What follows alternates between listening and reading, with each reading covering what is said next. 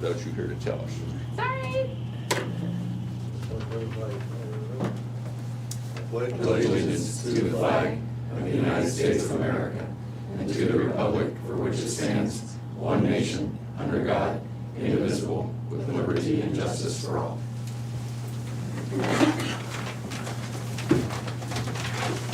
Welcome to the Moines County Board of Supervisors meeting, November 8, 2022. Is there any changes to the agenda? Somebody left hot sauce Careful with that. in a grenade. Can you make one guess at who that was? Oh, I've got a pretty good idea. Hopefully it won't go off during the meeting. Excuse me.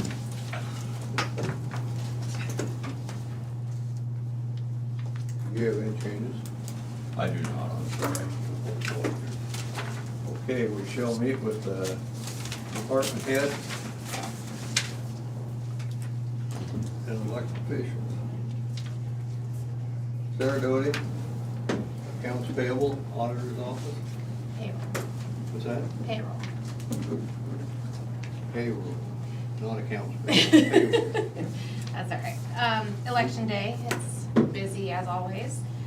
We have received 4,513 requests for ballots for an absentee, and we have gotten 4,396 of them back as of right about 5 minutes ago. So, But they have to be received today? Mhm. Is that it? So you, okay. yep. And precincts are open until 8 p.m., so busy. Thank you. You're welcome. Colin Durst, IT. Good morning. Just keep busy like always, but nothing new to report. Thanks, Colin. Sheriff Glenn Denning, Sheriff's Office. Good morning. We've been able to select a new administrative assistant that'll be starting at the sheriff's office in December. December 12th, I think, is her official start date. So she'll be able to work with Judy for a couple weeks before Judy permanently moves out to the correctional center to replace Doris. And Doris will be retiring at the first part of January after 28 years with the sheriff's office. So we'll certainly miss her, but I think we have things in line for that transition. We're working through some hiring and did one interview last night. We'll have a couple more interviews this week to replace a retiring deputy as well at the end of the year. So Clint Williams, Lieutenant Williams, has 30 years of service. He's going to retire at the end of the year, and we'll be replacing his position. And we have some really good candidates for that. We're excited for that. Our jail population is 93 this morning, and about 24 out of county that we need to get some of them moved around. We found some room in the jail the last couple days, so we'll hopefully see that number climb downwards over the next week or two. The last time we made a big improvement at the jail population, when we threatened Doug Irvine to house some of them in his spare bedroom. Some threats have been sent his way, so we're moving in the right direction. Thanks. Absolutely. Rodney, how's the maintenance department? Good morning. Just really busy. We got a lot of stuff going on, projects going on, so. Went to a Tiger Green meeting last week, so sounds like next spring they'll be working from, starting on from Valley to Court Street, starting in the springtime, so next year we'll start getting interesting down here on Main Street, with some construction, as they'll be working their way this way, all the way up to the off ramp by the end of next fall, so just a little heads up. We got some time to try and organize some things hopefully, but it'll be a construction zone for most of next year, it sounds like, so. Thank you for getting the front steps done before this.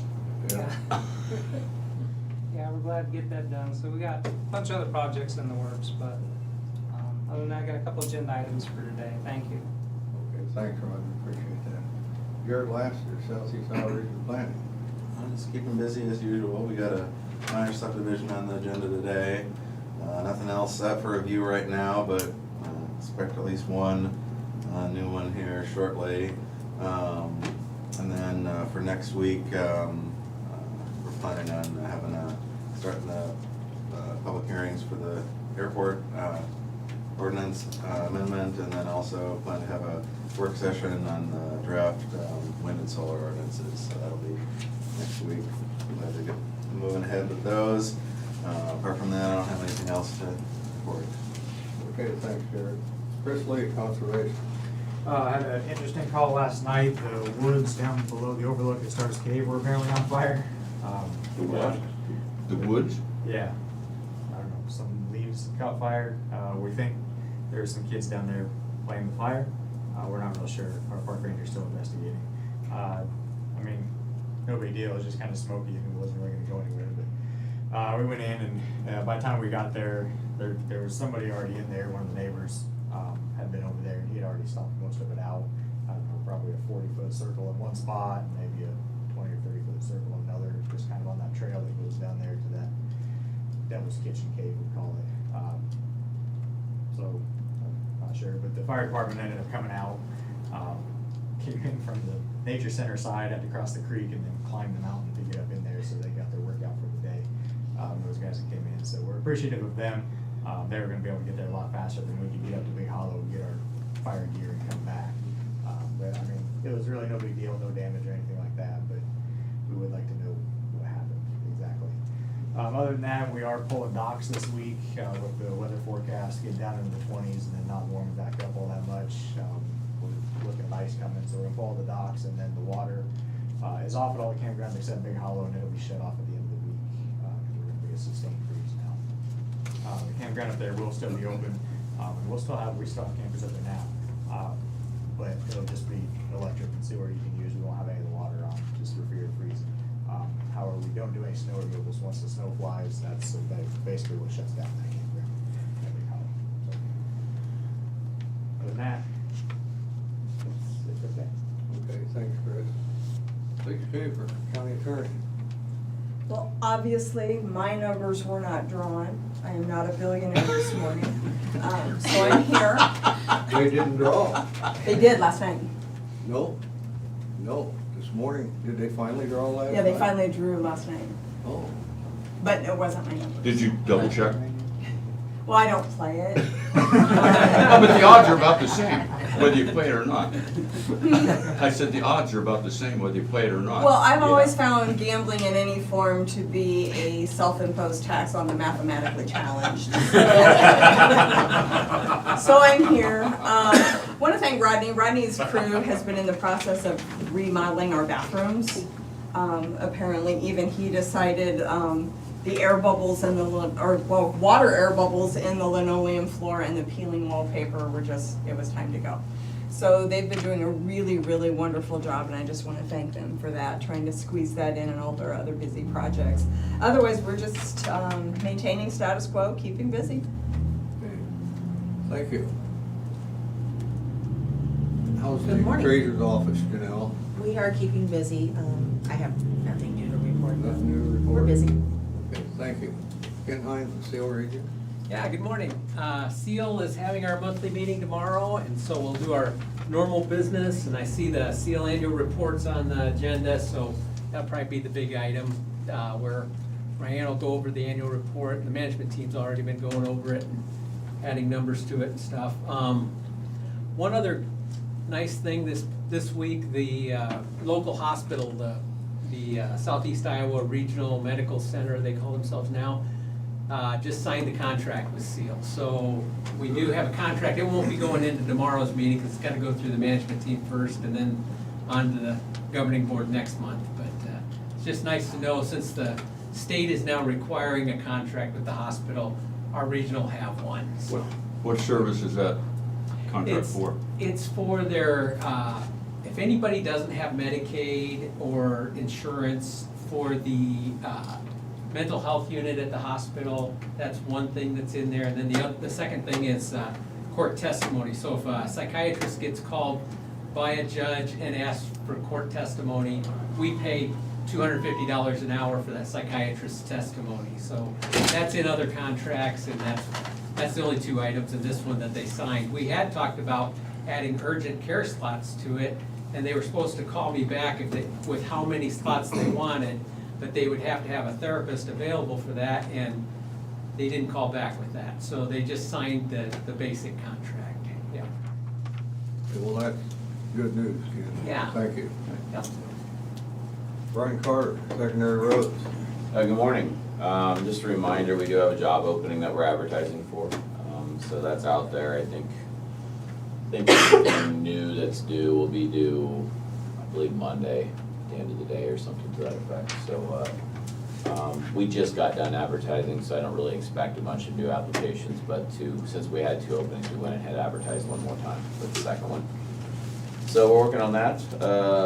We do have a bid opening for the Bridgeport paving job coming up Thursday. It was supposed to be last Friday, and it came to our attention Wednesday late afternoon that the electronic connection between the service we use and the DOT failed. And so the DOT never received our advertisement notice for the project, which is how we advertise statewide.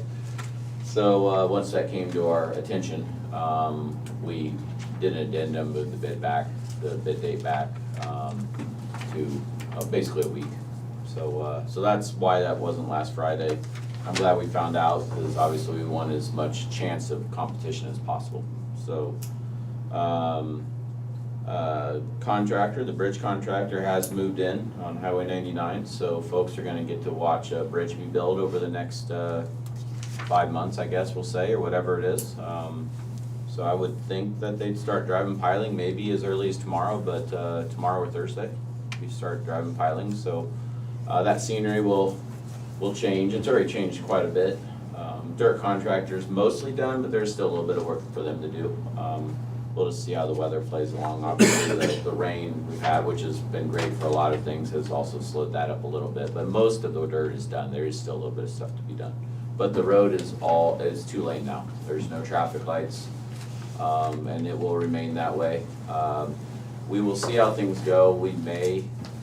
I may run a speed limit for that area through the Board of Supervisors to slow traffic down in that area during the construction project, but we're sitting back and seeing whether we have issues or seeing if the contractor has concerns or anything like that first. So right at the moment, there's nothing at that point.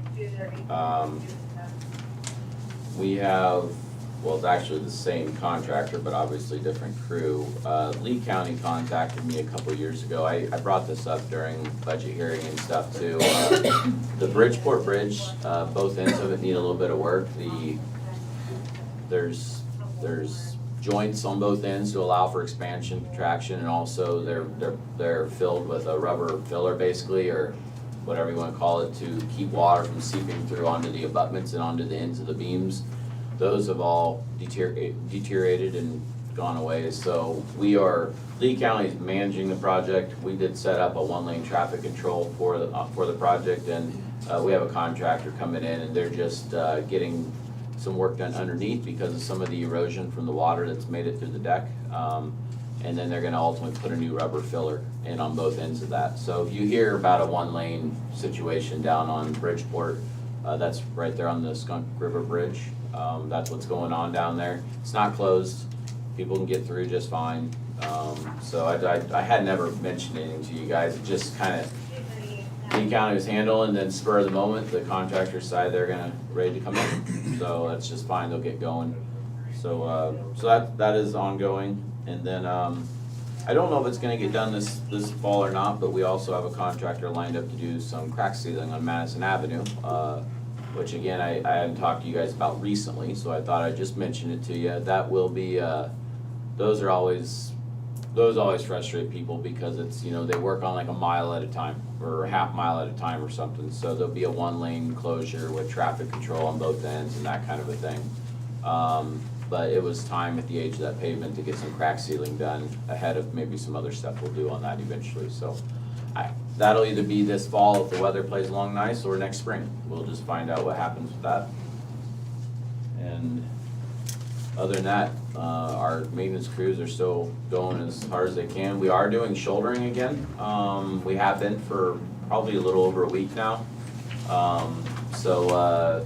They're working up in the Yarmouth area, so if you hear anything about that, I think it's going very well, and that's going on. And we're culvert crews still going. We're gonna go as long as the weather will let us, and ditching also.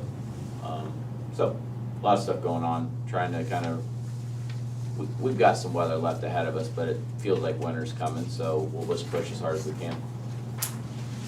Okay, thanks, Brian. Appreciate that. As Brian mentioned a safety concern like down on 99, I don't think we can ever remind people enough of the recent terrible tragedy we had on the bridge.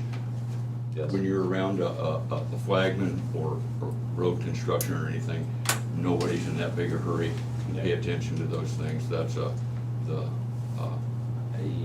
I agree. I think currently in the era of cell phones and people being distracted, it's kind of scary if you pay closer attention to how many people are looking down instead of looking through the windshield. It's really scary, actually. Yeah, I don't think you can emphasize that enough, and that was a horrible tragedy on the bridge. And I have used that multiple times as a reminder to my folks about you've got every ounce of safety available to you, lights, vest, everything.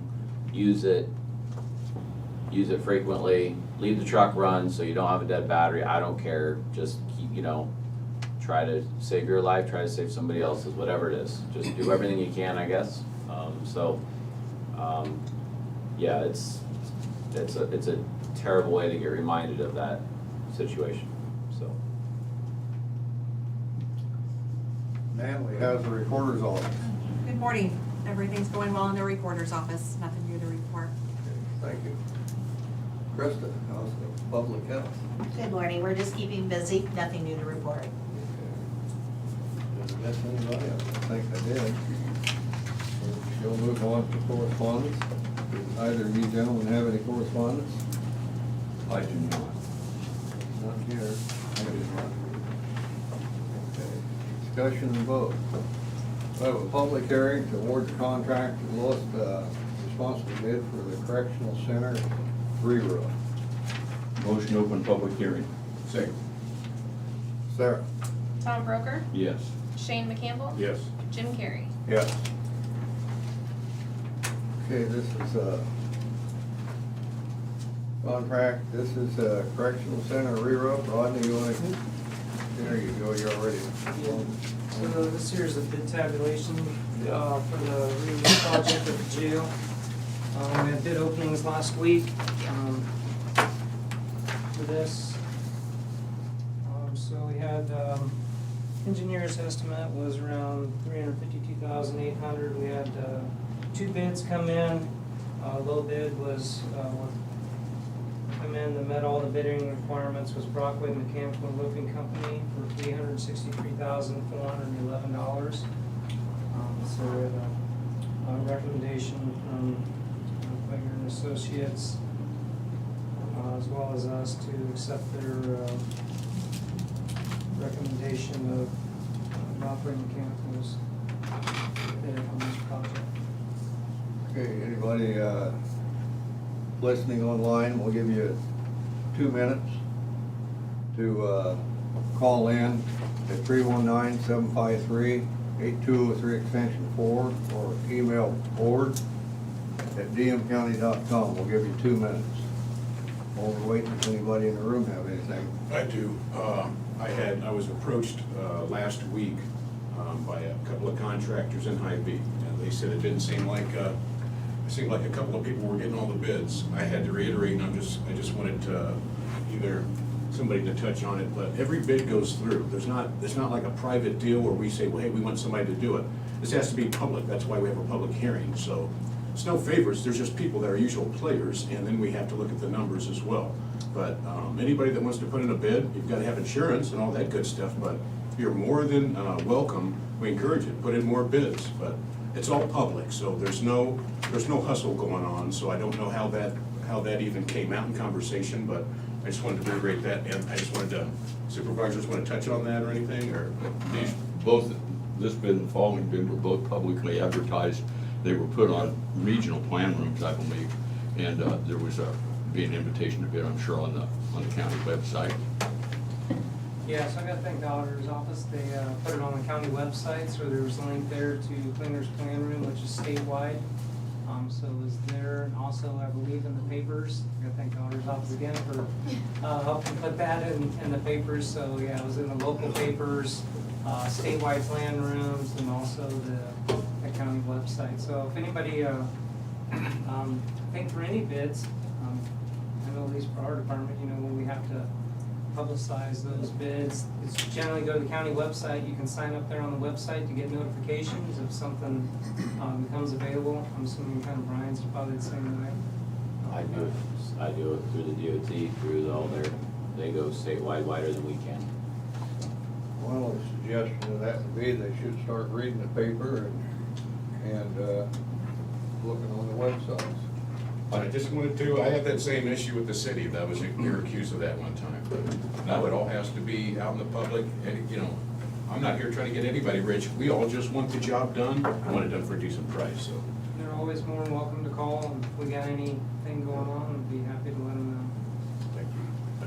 Actually, the price I'm pleased with that, it came that close to the engineers, architect engineers, the way the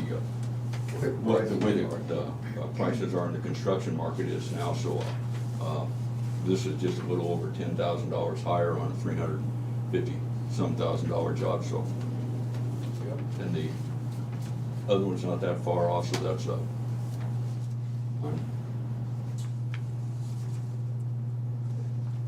Okay, the 2 minutes are up. motion to close the public hearing. Second. Sarah? Tom Brooker? Yes. Shane McCampbell? Yes. Jim Carrey? Yes. Motion to award the contract to Rockaway Mechanical and Roofing. Second. Sarah? Tom Brooker? Yes. Shane McCampbell? Yes. Jim Carrey? Yes.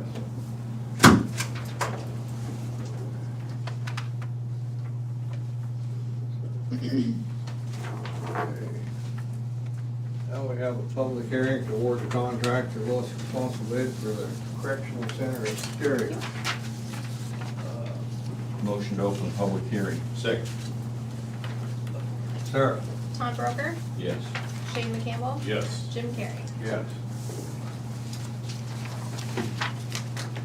This one is for the exterior project at the jail. Once again, we had bid openings last week. This will take place next fiscal year.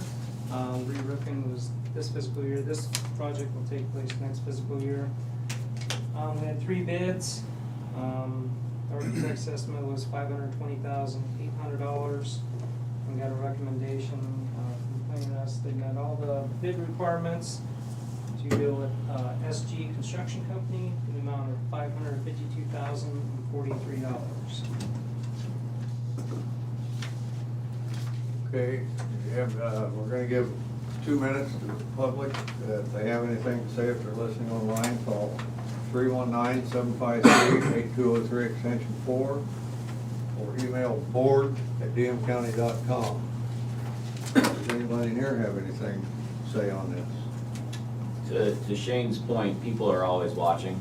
Every single local bid I do, I get a call from a fair contracting something or other lady. Same lady every single time from Illinois. She's great to work with. I don't have a problem with her. But she actually will go through board minutes looking for the process, looking for the approvals, sometimes wants even more information.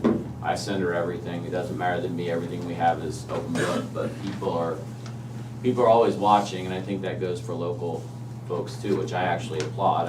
I would rather people pay attention, but it is something that you get reminded every so often that people actually read the minutes, for instance, or whatever it is, so.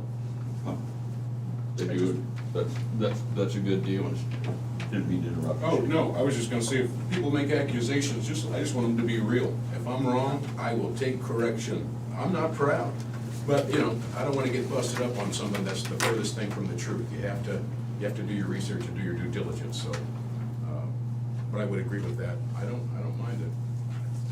I also need to thank the county attorney's office, and Trent was extremely helpful, and especially helpful last week at the last minute, so thank you for letting us use his services on a moment's notice. So, Anytime. so thank you very much. Trent, That's thanks. how you got the bathroom done. That must be. It seemed a little odd that Rodney just came in one day and said, you know, we're gonna go ahead and redo the bathroom. I'll swap you a restroom for a couple days. I guess I'd throw in here for the prices, this would be within the realm of what you would hope in today's construction market. And all three contractors were local company, respected local and experienced local companies, so I think we got a good selection of bids and a good price. Okay, the 2 minutes are up. Motion to close the public hearing. Second. Sarah? Tom Broker, Yes. Shane McCampbell, Yes. Jim Carrey. Yeah. I move that we accept the S&G Construction Company bid at $552,043. Second. Sarah? Shane McCampbell, Yes. Tom Broker, Yes. Jim Carrey. Yes.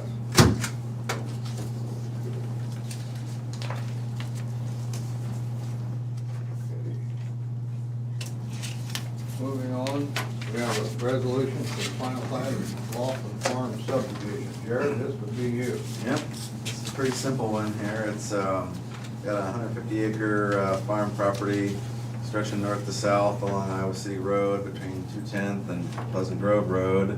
And the current owners simply want to split it into two parts between family members and continue to farm each of those. So this involves a survey of the north, a little bit more than half of that property, just under 100 acres. And so it, no new development or anything proposed. They already have access from the road system to both those properties.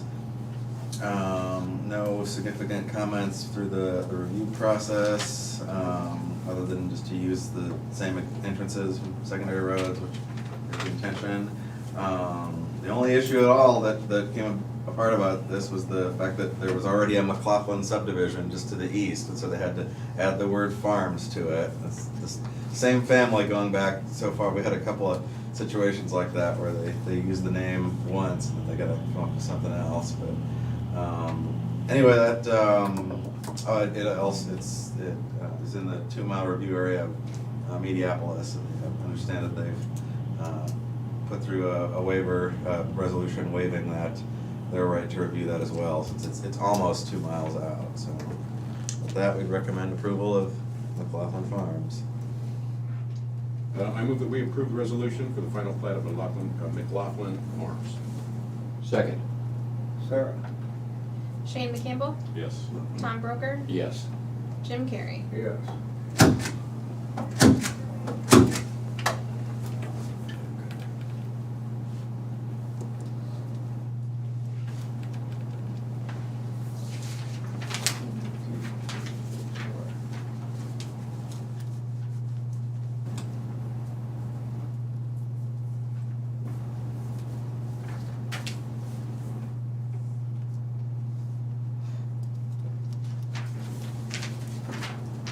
We'll sign the rest of these after the meeting, Jared. All right, thank you. Okay? Yep. Okay, we have personnel action. We have one for the secondary roads. Robert Terrace, maintenance worker / blade operator. New hire. Starts on 11/14/22. The rate at $22.07 an hour. Motion to approve. Second. Sarah? Tom Broker, Yes. Shane McCampbell, Yeah. Jim Carrey. Yes.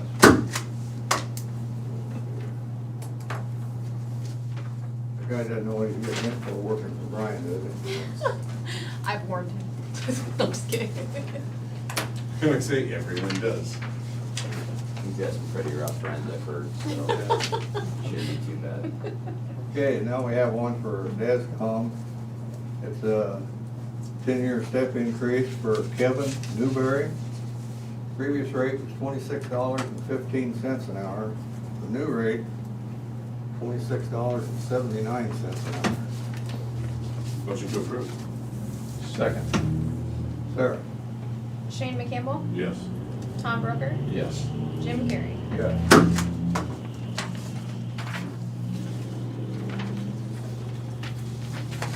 Okay. Now we have reports. The recorder's report for fees collected in October of 2022. For the clerk, court for a report, 2022 of October. Veterans Affair for October 2022. Treasurer's cash on hand for June the 30th, 2022. Treasurer's semi-annual report, June 30th, 2022. And these will be on file in the auditor's office for reviewing at your own discretion.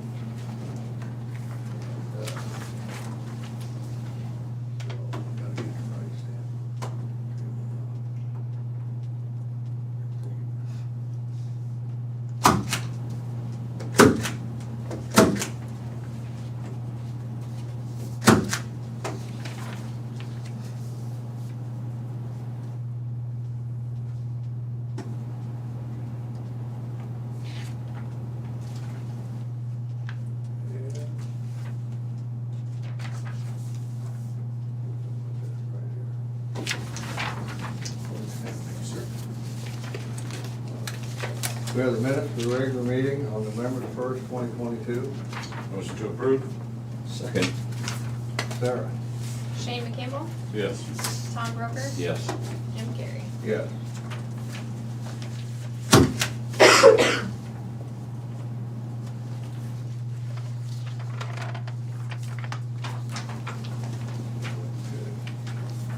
Future agenda items. We have a work session coming up with you guys out there, Jared. Oh, right, for Women Solar. Yeah, for wind, solar, and that. I think that's next week, isn't it? Yep. Yeah. I think that's it. Committee reports. I attended an emergency management commission meeting, and they voted to accept the Moines County handbook. Attended a DESCOM meeting with saying that, and DESCOM has opted to have their own dedicated, which is solely DESCOM handbook. That's all I have. Okay. I didn't make it to the emergency management meeting, so I've got nothing to report. And actually, you're an alternate, I think, so. That's what I kept telling John Bill, just like you're supposed to be here. I said, Tom's there, and I'm not supposed to be in the same Because meeting.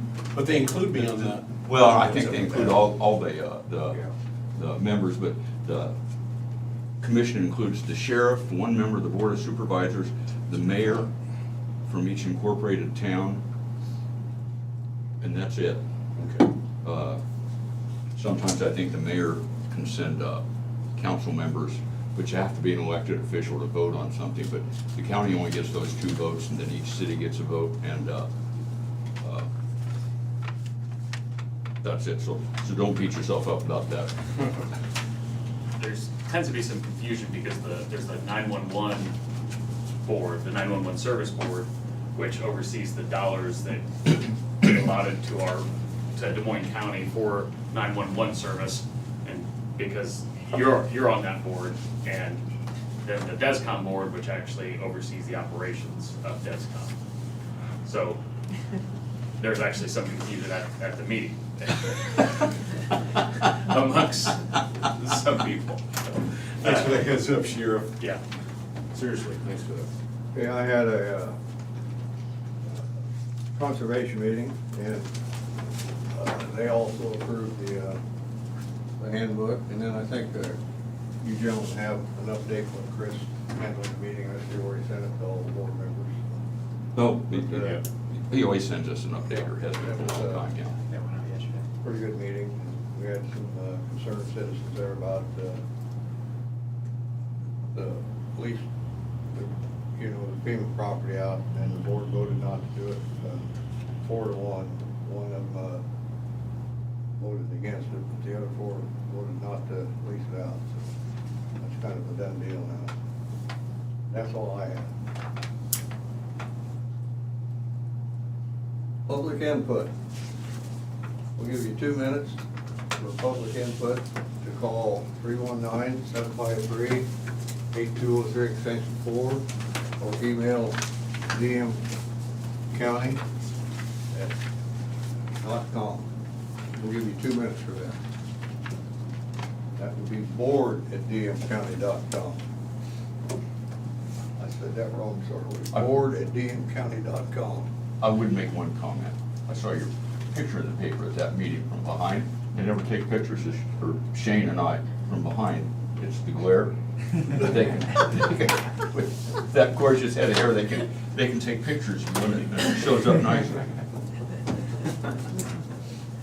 Well, I'll tell you what, this hair is being around guys like you two is what's causing this hair.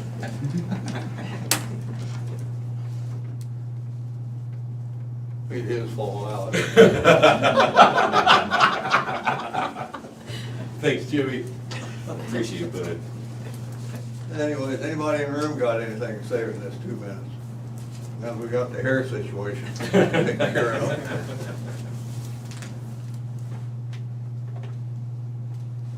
I'm gonna have to have everybody lean forward, see if there's any other spots like Tom's got. Thanks, Rod. I'm with you.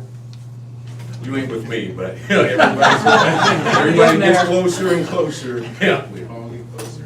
I guess I was blessed.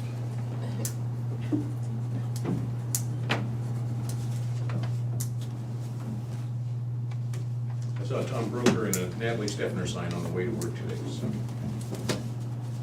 they're out there doing it. You know, I did too. I see one of them Natalie Steffner signs every morning when I back out of my driveway. She's got like stars and stuff on it, man, she's really doing it. She's I've doing done it. quite a few. We're proud of you, kid. We're proud of you. Oh, that's you? Yeah. The sheriff's been looking for you, I reported that. Okay, gentlemen, the 2 minutes are up. With 9, we're out of here. All right. Aye. We're gonna have work session with, conservation. We're gonna take about a 5-minute break here.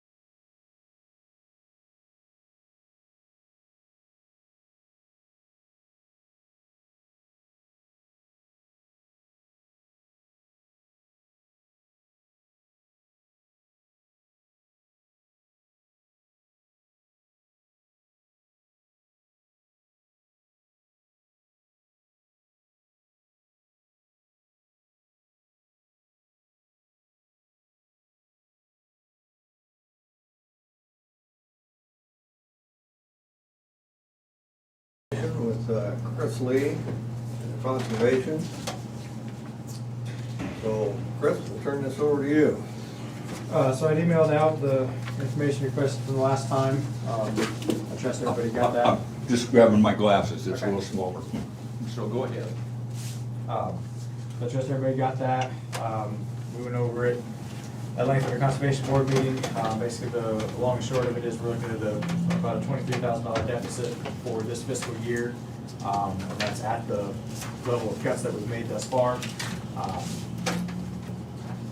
Per the discussion at our board meeting, if we're going to maintain services specifically with summer camps, the number's probably closer to 40 for this fiscal year. So basically just open it up to discussion with the supervisors here on how we see that now. I apologize, yeah. So anyway, you said cutting some programs from this year, I think I came in about that time. Yeah. So it's 23, but if you included what? So if you could repeat that, I appreciate it. Sure, yeah, so, because we backfilled our naturalist position with a part-timer. And then she was previously our seasonal, and then we've cut our seasonal staffing budget out completely in this budget. And so we will be, so the 23,000 reflects that naturalist position being backfilled by a 3/4 part-timer, and then not having a seasonal, which that's what we count on, having 2 full-time nature center staff plus a full-time seasonal to run our summer camps. And so at the current level of operations, we're understaffed to run summer camps. Probably would need to cut some of those back, certainly the ones where we do back-to-back camps where we do morning and night. And so at the $23,000 deficit, that's where that's at. If we got it up to about $40,000 to make us whole, that would allow us to rehire the naturalist position probably around March, April or so. And that would get us through, that would be able to get them onboarded through, because our work is so seasonal at Starscape, so we have in fall and spring is our big field trip season, so schools are always coming out to the nature center almost every day, bring field trips, and then we go from that, school gets out and go right into summer camps. And so it's not really feasible to bring a naturalist on, April, May, June, July, August, because we're going so hard then. And so we rather bring them on early, we bring them on after, so that you're not trying to onboard and do that while you're in the middle of the depth of it. And so the naturalist does the summer camps, I thought that was what your part-time. I'm a little confused. So the full-time naturalist, the full-time environmental education manager, and our seasonal, like our summer intern, they all do summer camps during the summer season. Like it's all hands on deck during summer season. And so, her being only 3/4 time, we've lost that quarter time position, and then with that 3/4 time position, you don't really want to do overtime for fear of running up against the whole benefits issue and stuff like that. 40 grand's gonna cover it all, everybody's good, programs stay the same.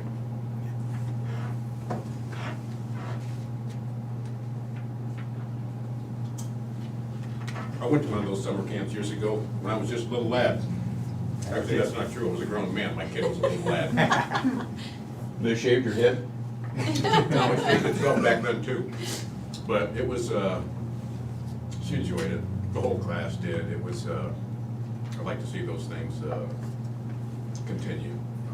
I mean, there's a lot of people in this community, I mean, generations of people have come through summer camps or school programs through that place out there. I mean, we hear every day, oh man, I remember when I came to summer camps, and now they're bringing their kids. And that's kind of cool. Makes me feel old sometimes, when they're my colleagues and, or people my age and bringing their kids, sending my kids to summer camp. So yeah, we're seeing that generational turn. It's neat. I got a little granddaughter that really likes to start his day. Mom takes her down there. She likes it down there. She's only 4 years old, she's gonna be 5. Oh man, I bet she does love that. What's that? I bet she does love going there. Yeah. Crawling through that Yeah. beaver tunnel and seeing the critters and stuff. Yeah, Yeah. and I'd hate to see that that in without, It wouldn't, at this, even at this, it's not gonna end. There's just, you know, I mean, we're not gonna shut it down altogether, but, But you there know, would be a we, major drop off, blah, blah, blah, whatever. yeah, I mean, we'll just have to, you know, schedule those so that we can work within the hours and the staff that we have. And so, you know, we're not just gonna axe it completely, we've still got, you know, 1 3/4 people there. And so, it's just, you know, some of those we'd have to thin it out enough to accommodate this staffing level that we've got. Yeah, man, we're coming up to the budget season, you know, there's gonna be a lot of no's, but I'm actually yes on this. Well, I'm not gonna waste any time, but yeah, I'm okay. I don't know where the other guys are, but I'm all right. Several things naturally, and I agree with the point I think Jim might have made it, maybe Julie, I don't remember at the last point, about the taxes on those FEMA lots. There's maybe 4,000 line items in the county budget, and I didn't know that conservation paid that. It's one thing if that's in your budget, but when you got an allocation, like you got this year, you shouldn't have had to pay for that. We'll fix that. And going forward, whether that's in your budget or not, won't talk, but anyway, it's $1,494. I checked that out when I read that, so I did not know that, and anyway, so. That sucks, we pay it too. Really? Really? You have to pay for what? Yeah, we have shop sites in the bottoms, we pay. Do you have anything there? Drainage taxes. Do you have anything there? What do I mean, do you, there? do you have a shop there? Yeah, we pay for drainage taxes in the bottoms for any property we own. But do you use that property, guys, I'm saying? Oh, yeah, we have our primary shop site for our district motor grader down there, and I'm guessing the one at 99 and Mediapolis Road probably pays for it too. I'd have to check. We do pay drainage taxes. I'd have to go through and look at what all we pay. But it's on land you're using? Yes. Okay, Yes. okay, and that would be, so anyway. But I didn't realize Those that. levies holding that. Uh, You got a vested interest in those levies holding. Oh yeah, I mean, it's just the way of life, but we Well, do pay. It is one of those nuances you don't realize if you're not in it every day kind of thing, but yeah, it is. Government paying the government. And another one, though. We've had a number of these complaints, or these discussions already, and I know Conservation's unhappy that they think they're being treated unfairly and worse than other county departments. But the county has different responsibilities. But those complaints completely ignore the board's repeated concerns about Conservation's budgeting decisions and some of that.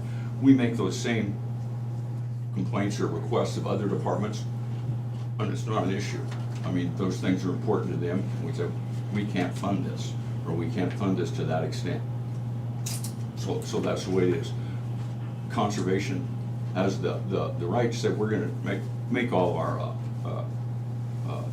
payroll decisions and everything like that. That's what the Code of Iowa says. And so you say, we don't have to.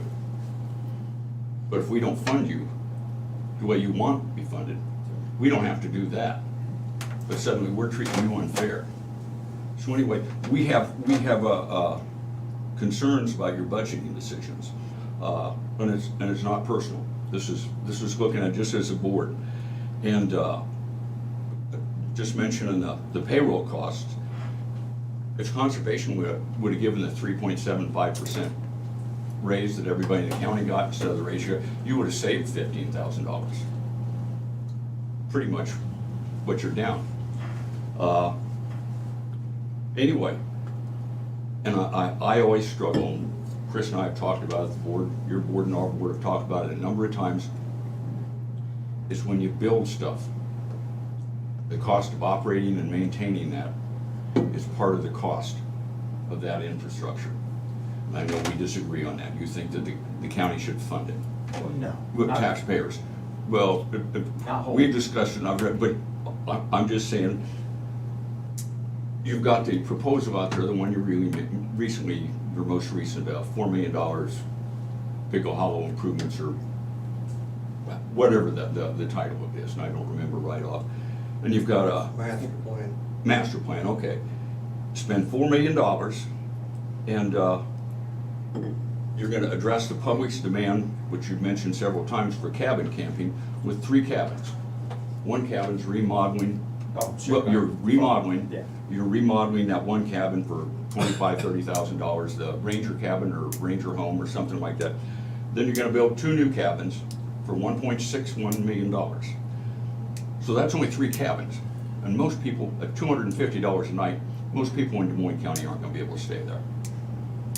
So the people that are paying for it, and those are gonna be taxpayers, when you're gonna maintain that, because you've got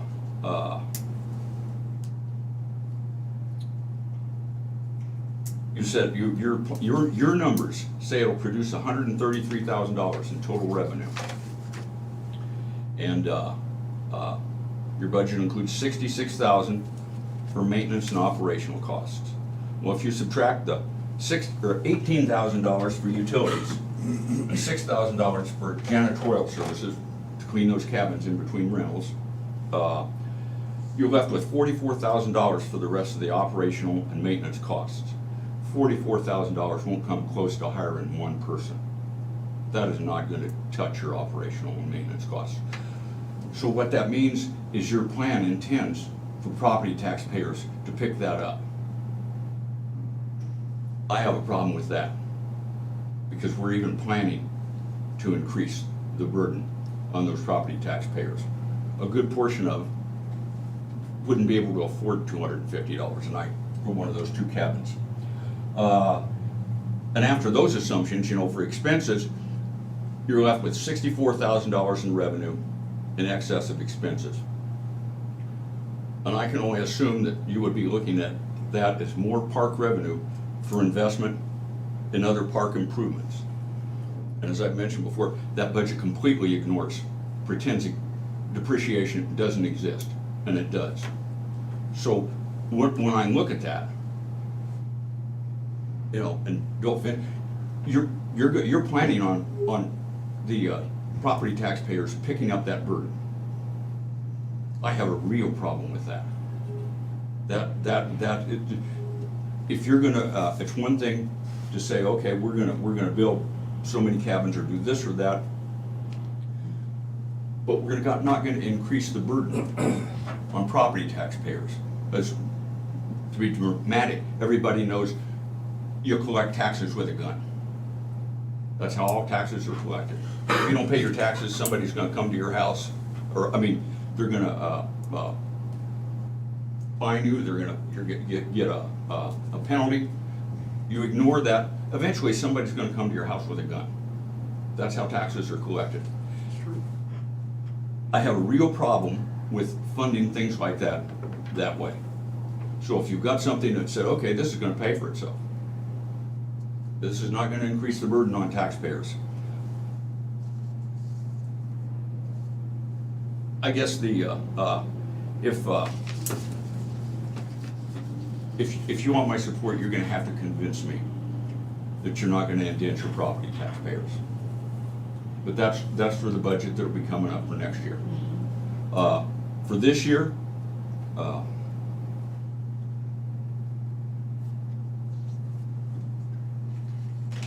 I don't want to do any damage to conservation. Nobody up here does. So we're at a number. Last week you said it was 15,000. Now it's 23, and Julie threw in some other stuff. And Oscar is 40.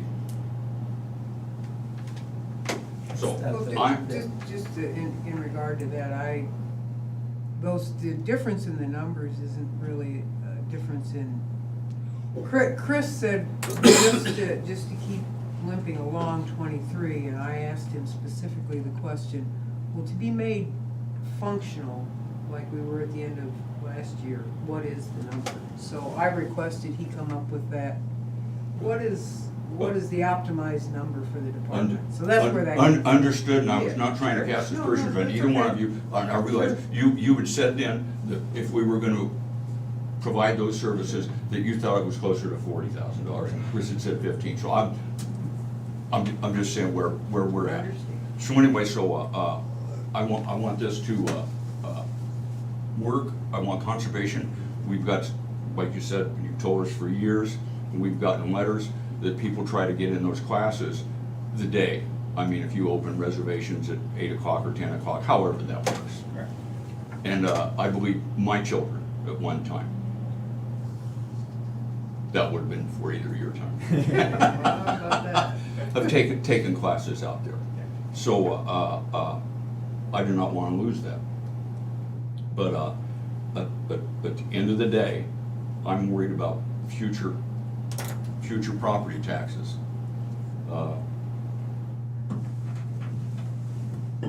But I was just gonna say, I have to go back to, I'm not as staunch as Tom is. We all know where he stands. I mean, I'm a little bit softer, but I still understand exactly where he's coming from, and I feel the same way. I wanna get you whole and get you right, but back to what he brought up. I was trying to figure out, well, how much do you make on like the primitive cabin? I don't know how many days out of the year that you have it rented out, but I know it's $40 a night. It's got it on here, basically what you got there on this spreadsheet. I just can't do it. $4,300 is our year-end projection for revenue on that one. And that's as good as it gets, that's your best? Yeah. That's your average, that's your best? That's what we're projecting for this year, and that's running pretty good numbers for that particular facility. Okay.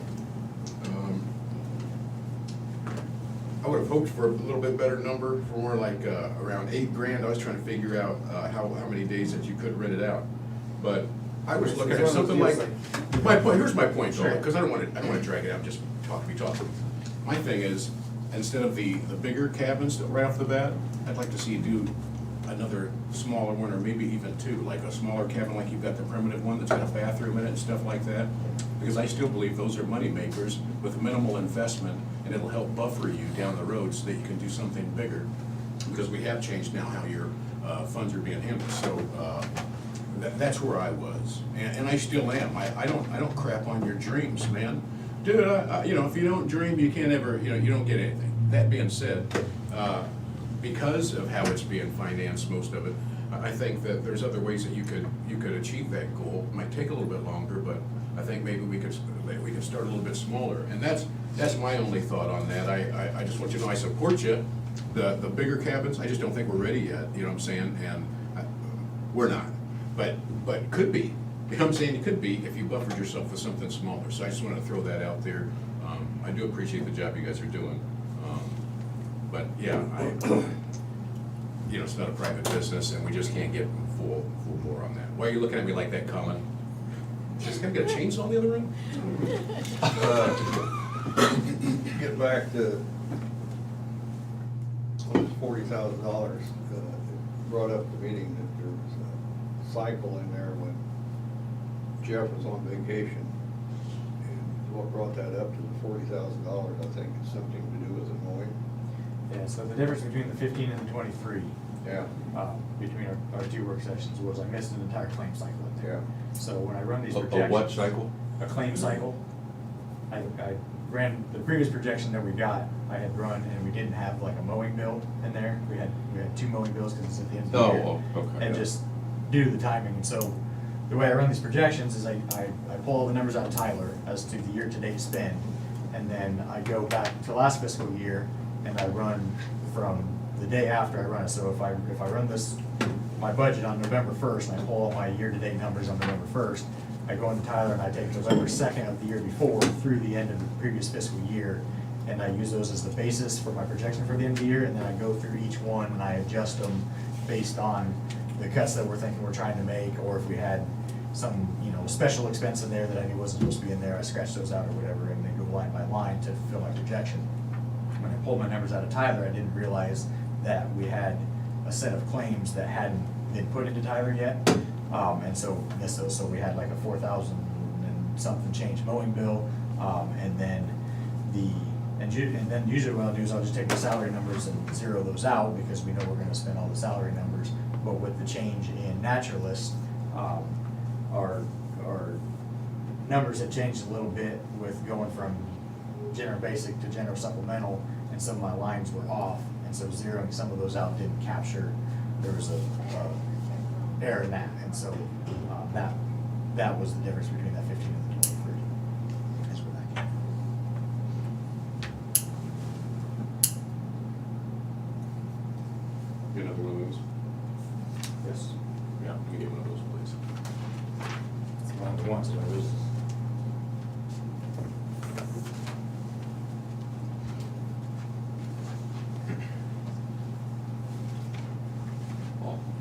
Go ahead, were you gonna say something? I was gonna ask him, let's say, hypothetical, if you had $640,000 budget going in for 23, would that cover everything? For the remainder of fiscal '23, No, or when you're going in for physical 24? going in '24. Yeah. I'll be honest, I haven't scrutinized those numbers yet. I mean, if we just left everything exactly as they were for '23, then yeah.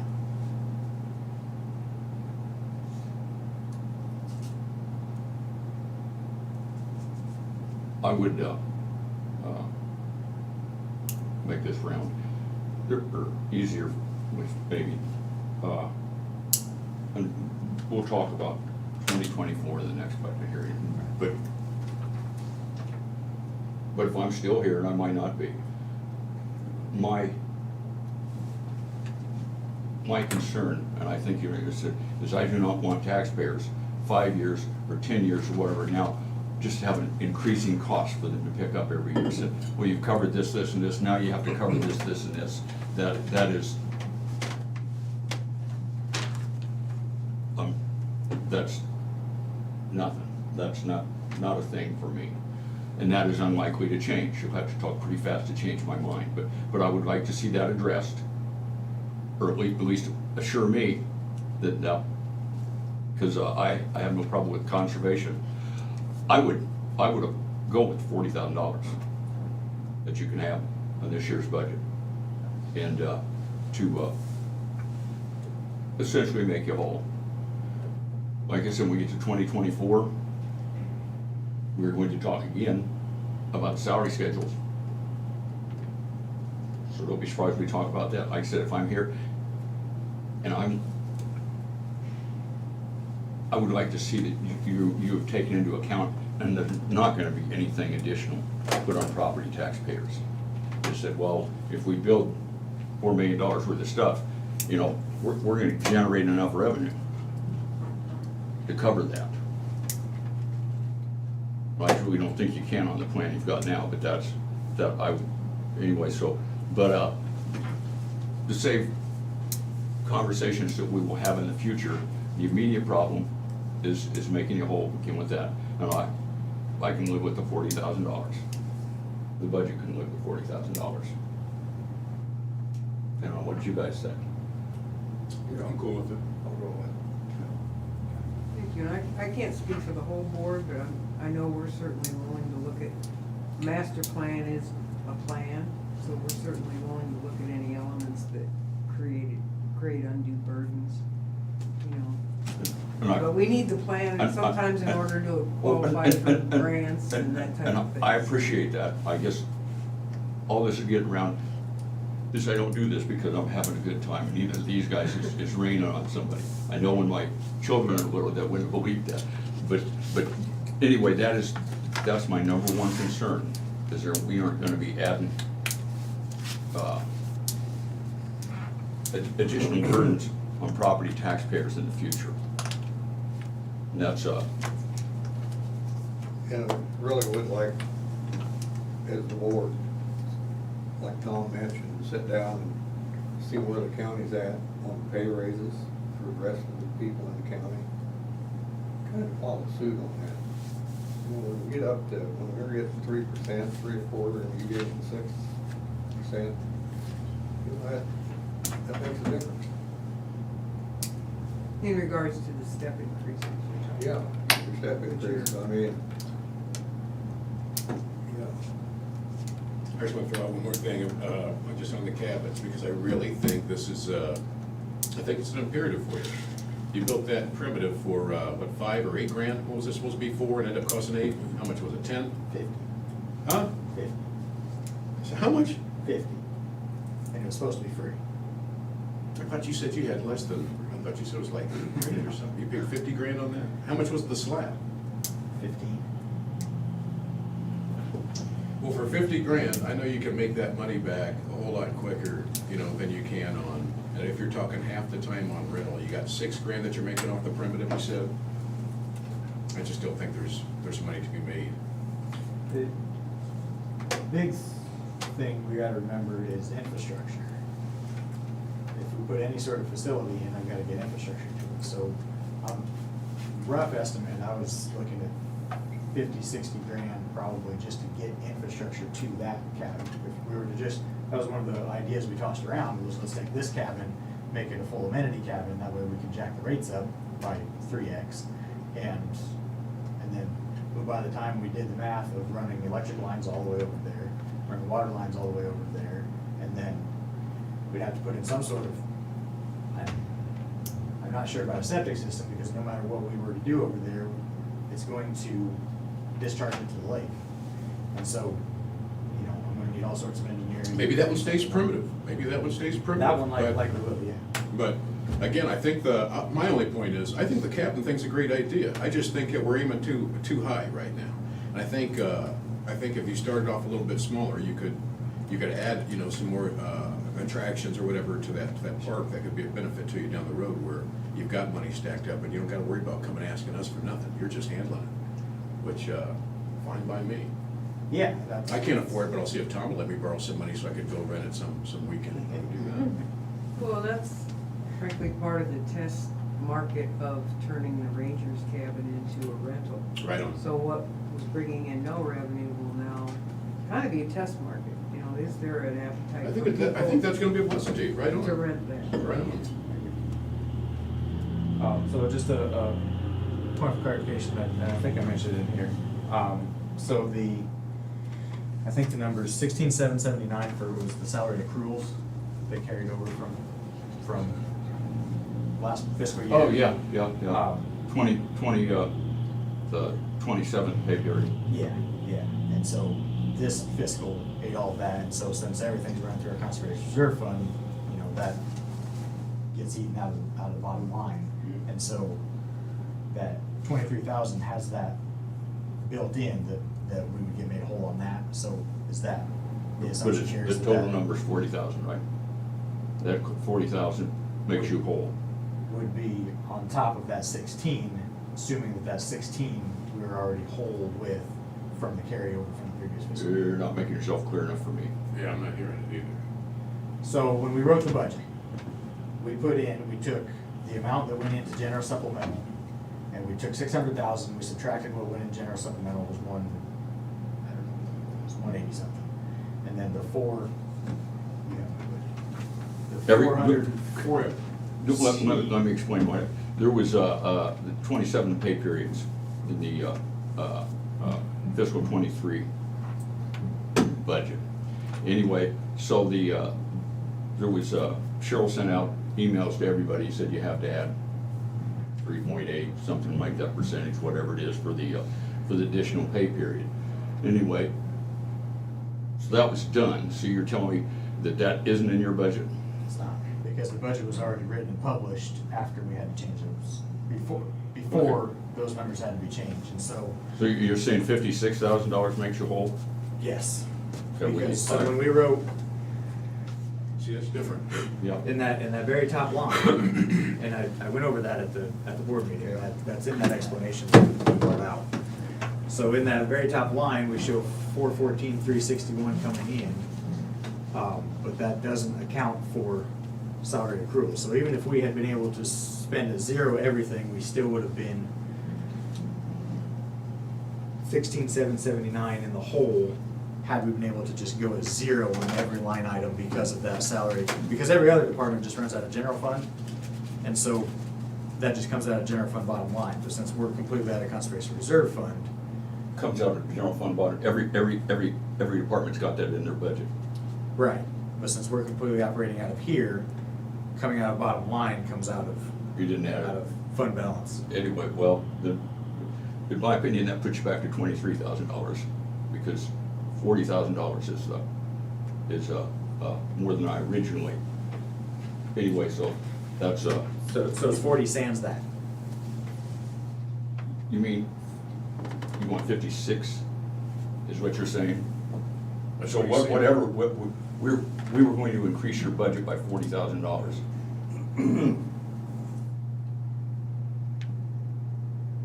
So, yes.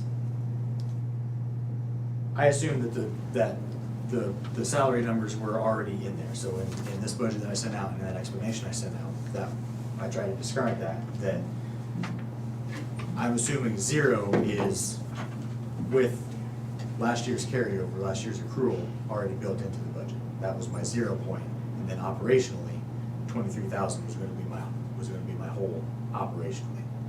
Now, it's 36,000 operationally if we're eating that carryover from last fiscal year. And if it's 40 without the 16 in there, that's what it is. So you're saying the 40 to get you whole does not include the 16? Correct. Okay. Well, Because like I said, that 16 had to been added after this. I'm budget. saying the 40 does include it now, so it's, Okay. you're gonna be 23, whatever these guys say that's up.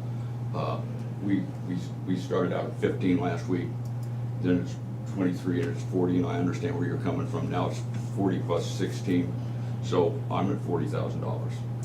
I have to be locked in at 42, Chris. I was already prepared for 40. I didn't know that it was gonna be any more than that. I would have to think about that.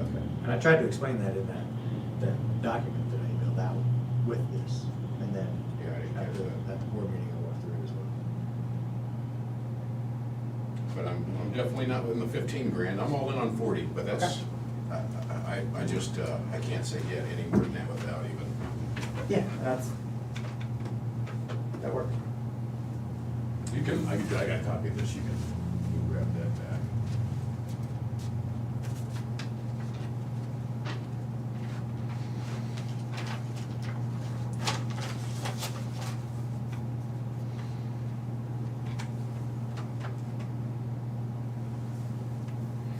Okay. There will be some savings in general supplemental. Because we're gonna go a time in here without a naturalist, and so we're not paying insurance and FICA and IRS and stuff, so. And that doesn't run out of our conservation reserve, it's general supplemental, so that will offset some of that additional obligation when you get to the end of year balances anyway. So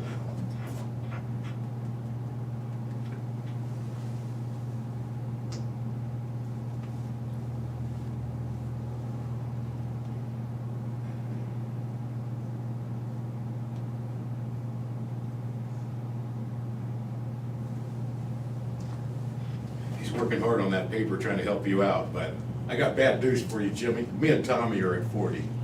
And that's where I truly am locked in. My mind was already made up when I came here that I was locked in on 40. we'll make that work. Yep. 40, okay, 40. Thank you. Appreciate that. Yeah. I was not looking at it, I was just looking at the, tell you to be truthful about it, I was looking here on your revenue, you know, for your donations. For everybody that, $1,370. You know, I know that that's low. Very, very low. Do you know why that is or not? Well, that's what we've received directly to the department to date. So the foundation has gotten a whole bunch more, but they're project specific. For the master plan? For a master plan for, we've gotten we got $5,000 from Kiwanis for, the nature center, we got. Where are you putting that in? They're not, those go to our foundation. Who's your foundation? That's a 501c3 or something, yeah. Yeah, it's not profit, so they get the tax base, and those are specifically allocated, for particular projects. We don't really get donations to, here, cover your operations, here's this. Every now and then we'll get, like, someone will pass away, they'll set up a memorial, and, somebody will bring in a few $100 from a memorial from somebody, and then that's generally what that's reflective of, because it comes to the department, not necessarily to the foundation. Just so you know, I really have a really sincere interest in conservation. I'm trying to talk Jimmy into letting me switch boards with him and let me sit on it for a little bit, just so I can get a better understanding of it. So we'll see how that goes, but, if they turn it loose, but I'm gonna try to pry it from his hands so I can find out more about conservation, because I'm really kind of still ignorant to it. You guys wanna discuss ARPA dollars? At all? About what, for what? I'm not prepared for it until we. And I always am, and you won't like the answer. Yeah. Don't worry. Okay. Not until we get some figures on the other stuff, but, you know, I think I've been pretty clear on that. So just for clarification, you're still committed to the 100,000 that you pledged before? We Right, so we I'm cool with that. committed you to the 100,000 on Counting that. using that for grant match for. We're not gonna take that away from you. Keep in mind that you have to use that, it has to be allocated, but the data has to be allocated right on top of my head, and it has to be spent. But we end up writing a check back to the federal government for $100,000. That can't just 24 and 26. float out there. And it might be, and I apologize, I don't have those dates, but you can't just leave that floating out there. Yep. I'm good at spending questions. Well, just telling you. No, I've got all of those, I've got all those dates here, Yeah. so I know where that. But there are advantages to those funds. We can use them for things we can't use other tax dollars for that will be necessities. Sure. So, You know, Tommy threw that hammer early, you can't argue with that one. That was a gangster move. That's you guys' funds to allocate. Anyways, well, it is, but I mean, this, it's just every funding source has limited or defined things you can spend it on, except maybe for general basic, and you can spend that for about anything. And that limits, that levy's capped. Okay. All right. Good. Thank you. Okay. Thank you, we're- gentlemen. I guess we're through. Coming down. Take a second like you. You're a gangster. You know what I mean? If I had somebody back me up like that, I'd travel with you.